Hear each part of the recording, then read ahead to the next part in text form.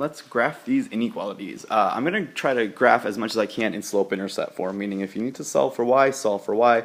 Good news with these first two examples is they already solved for y for us, so I don't need to do that. When you're graphing an inequality, there's really only two differences compared to when you're graphing a line. First difference is you got to be careful with whether you're using a solid line or a dashed line. Just like, come on, dashed line. There we go.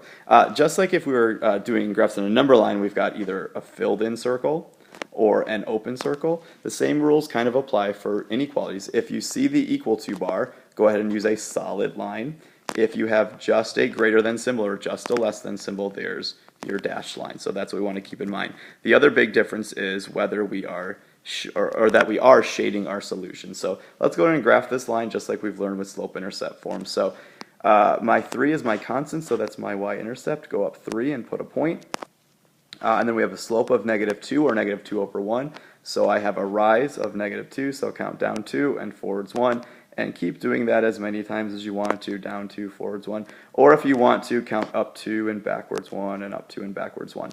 Now, since we have an equal to bar, we are allowed to have a solution that's on this line. So take a ruler or edge of a calculator. Don't freehand it like I'm doing, but make that line, oops, I totally missed.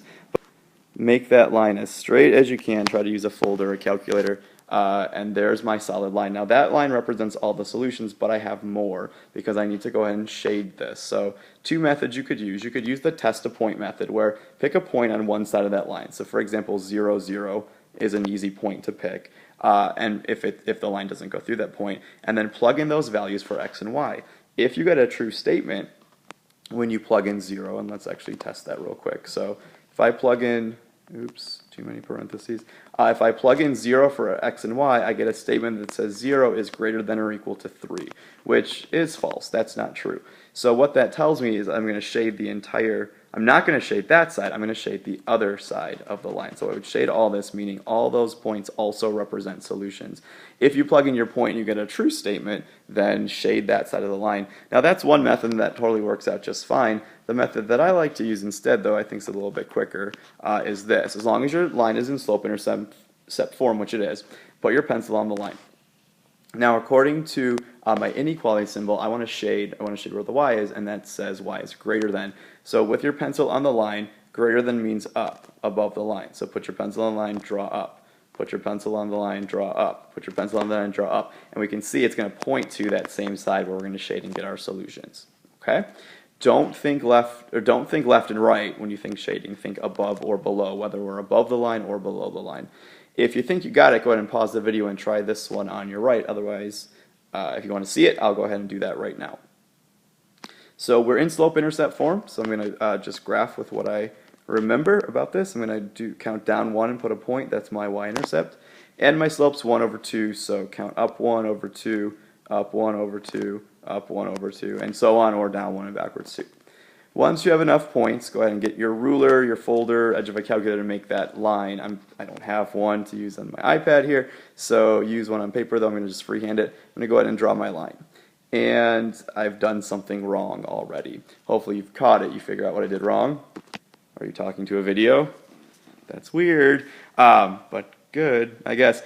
So what I did, and I always did this in high school too, I forgot to make my line dashed because I'm not allowed to be equal to the line. So what I would do if I did this, I would just go get my eraser, and oh good, it worked. Go back and just erase parts of my line so I have a dashed line, but I'm not allowed to be equal to that line.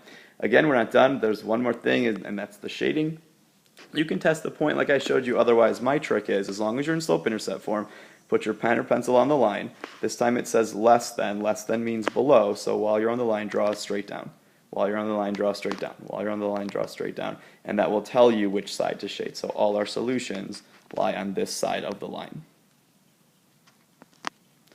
Let's take a look at these two. These are just real quick ones, but I want to mention one thing about them. We've got two special lines here, a horizontal line and a vertical line. Remember, when y is by itself, we have a horizontal line. So count down 1 space and then draw a horizontal line. And I'm going to make that dashed because I'm not allowed to be equal to the line, just greater than in this case. So there's my line. Your shading says greater than. Again, my trick was put your pencil on the line. Greater than means up above. So all the points up here would be where I shade.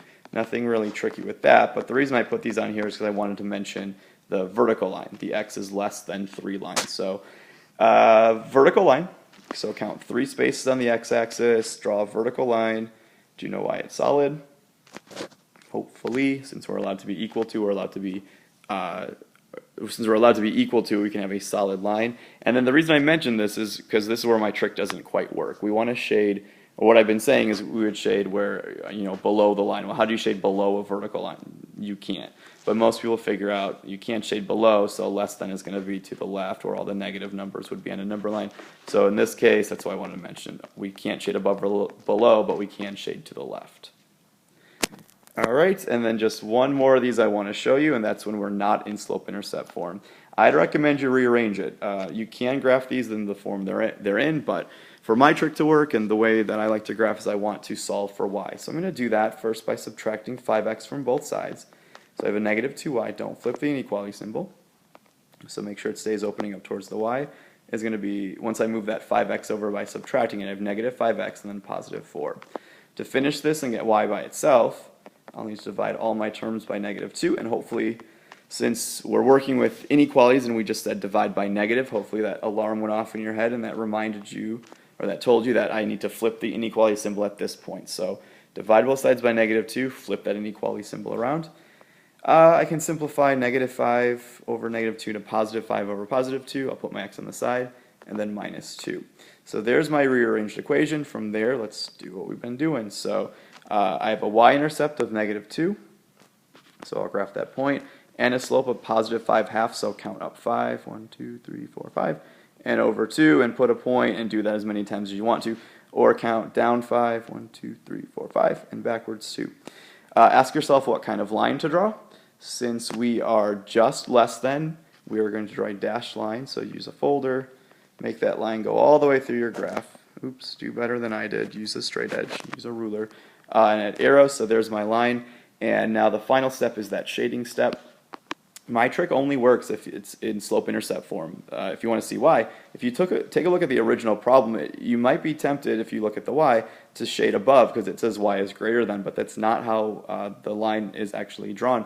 Once I've rearranged for y, it actually says y is less than, if I remember to flip correctly. So put your pencil on the line. Less than means below, so go straight down from that line, and we end up shading this entire side of the inequality. All the points in this shaded region would be true solutions to that inequality.